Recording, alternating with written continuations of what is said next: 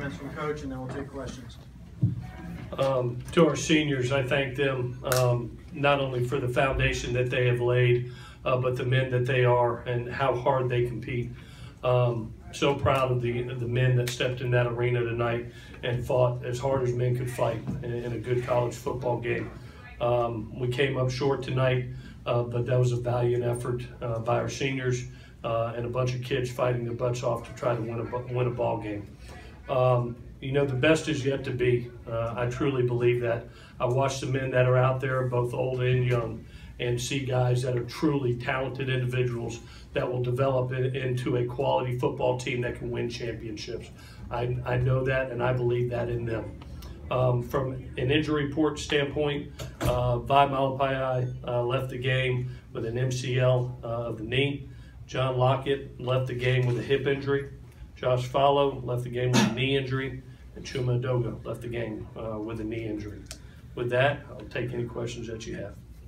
Clay, how do you describe the frustration of a 5-7 season, injuries and losses, and people calling you out? How do you describe this whole season? You know, USC is about championships. It deserves championships. And, you know, we did not do that. And just fact of the matter, this year we didn't get the job done. It doesn't mean that we can't. I know and believe in the guys that are in that locker room that we're going to go back, create a disciplined football team that executes at the highest level. We can compete with anybody in the country with the men that are in that locker room, as evidence as tonight. And it'll be my job and my task moving forward to be able to get us to execute, be disciplined, and win championships. That's what's deserved, that's what's expected, and that's what's deserved. So is it frustrating? Yes, I think we're all frustrated. 5-7 is not what USC is about. Winning close ball games is what losing close ball games is not what we're about. And it'll be my task moving forward to make sure that this doesn't happen again. Clay, Lynn Swan after the game, he said he had a plan, he was going to share it with you soon. Has he done that? We visit every Monday, Mr. Swan and I do, and talk about this team. We talk about the future. Obviously, you know, we'll meet again, just like we normally do after ball games. And I know that he'll be able to say, you know, exactly what is on his mind for the future. Like I said earlier, I'm fully confident in the support that I have, not only from Mr. Swan, but this administration. They have been terrific to me, our staff, and our football team. And I know that we'll get their continued support.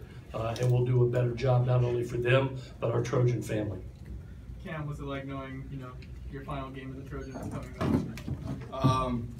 I don't think it's really hit me yet.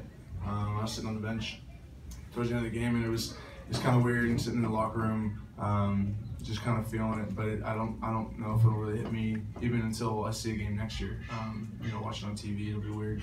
But right now, it's just, you know, I'm trying to enjoy every moment of this, and you know, losses, it is what it is. But you know, just enjoying wearing these pants and this jersey, and just so I can look back and remember this day. So. They tell you at first half you guys in a quick passing game, you're moving the ball and succeeding with your offense. In the second half, did they do anything to cut that off, or what was the problem? Yeah, you saw a lot more cover two, you know, a lot more drop eight, a lot more pass defense, just to, you know, prevent the quick game from, you know, just beating them like it was in the first half. Cam, in the first half, you guys were very effective against the run. It seemed like after halftime, you made some adjustments. Was there anything in particular that they did that gave you guys fits? No, I think, you know, they came out in 12 a little bit more. You know, you took away that one long run, and I mean, they had 121 rushing yards, so I thought that was one of our better games. Again, I think one long run, and so it looks a lot better, but kind of seems a little bit a tendency. You know, we played well from, you know, a good portion of the game, and then we let one go. But that's a play that we've been getting all year, but for the most part, I thought they gave us everything that we were expecting. Clay, you just told Kurt how next year you want the team to be more disciplined. You guys came in averaging 8 penalties a game. You had 18 against Arizona a few weeks back. Why don't you think that the team is able to become more disciplined and limit those penalties game in, game out? You know, one thing it's about teaching young people. One, it's some are decision making, some are fundamental and technique penalties. We had more, you know, basically fundamental technique penalties with some holding calls. We had a couple offsides that were in inopportune times.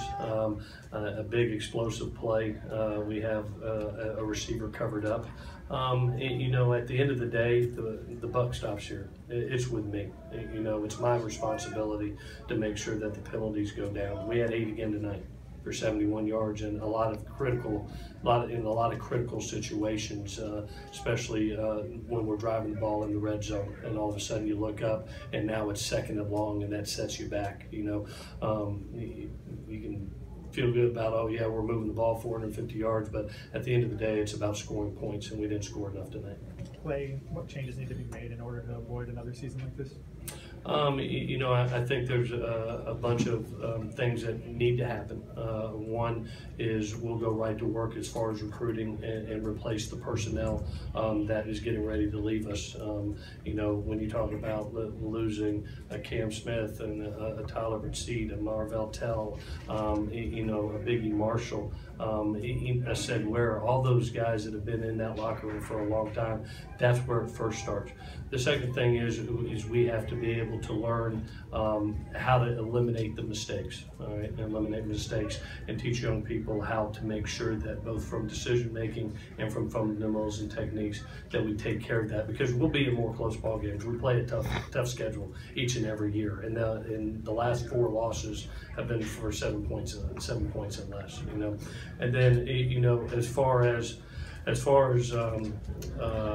personnel and staff changes, I'll sit back and see where we're at, and I'll visit with Mr. Swan and do exactly what needs to be done moving forward. But right now, I'm going to go in there, I'm going to hug a lot of necks, tell them thank you for competing for our football family for a long time, these seniors. I'm going to go home and watch this tape and then get ready to go on the road recruiting, because that's the number one thing right now is making sure that we bring in the right personnel for the amount of talent we're getting ready to lose. Have you seen Lee Swan after the game? Did you see him in the locker room? Yeah, I did. Yeah, Did he say anything to you? No, he said, Coach, there were better days ahead. Clay, if you do decide to make changes to your personnel, how wide of a cast will you spread when you look beyond collegiate level, perhaps NFL level, to identify coaches that will fit the type of mentality you're looking for? Well, right now I'm gonna sit back and I'm gonna let it soak in a little bit. Okay, you know, everybody I know will want immediate changes, but you know, right now tomorrow starts the first day of recruiting, and I have the opportunity to sit down with Mr. Swan and discuss you know, everything that we need to get done moving forward, and it's a bunch, and you know, we've got a big task ahead of us. The changes will be made that need to be made from you know, a culture standpoint, discipline standpoint, a personnel standpoint, and staff standpoint if needed, and that's my job, and we'll put it all together and get moving. There's a lot of talk about the future. A lot of talk about the future. How surprised would you be if Lynn does change course and decides not to bring that? Like I've said, I've always had confidence in the support that I have here from Mr. Swan and the administration. I feel confident that I'm looking forward to being the head coach here if given the opportunity. I look forward to doing that and doing the best job that I possibly can. But I'm never going to put words in Mr. Swan's mouth. Out of honor and respect to him, I know that he'll release a statement at some point in time when he feels fit, and we'll move forward from there. Clay, got time for one more? Clay, you guys scored a touchdown at the end there, and that was the first one that you've had in the second half in 3 games. How would you characterize this offense right now? It's one that, you know, I look at 3 of the last 4 games and I see the amount of yards that are being put up, but not the equivalency in points. You know, you look at a an Oregon State game that you have over 500 yards. You look at UCLA game 450, this game 450, but you're not getting the equivalency in the points, which means there's some type of failure somewhere. Whether it was a penalty, whether it was 2 turnovers tonight in the red zone. At the end of the day, it's about outscoring your opponent, and we have not done that. We have not finished those drives, and that's my responsibility. Those kids fought their butts off. Any failures that they had are on me, so point to me on it. Thanks, Okay? Fells. Thank you.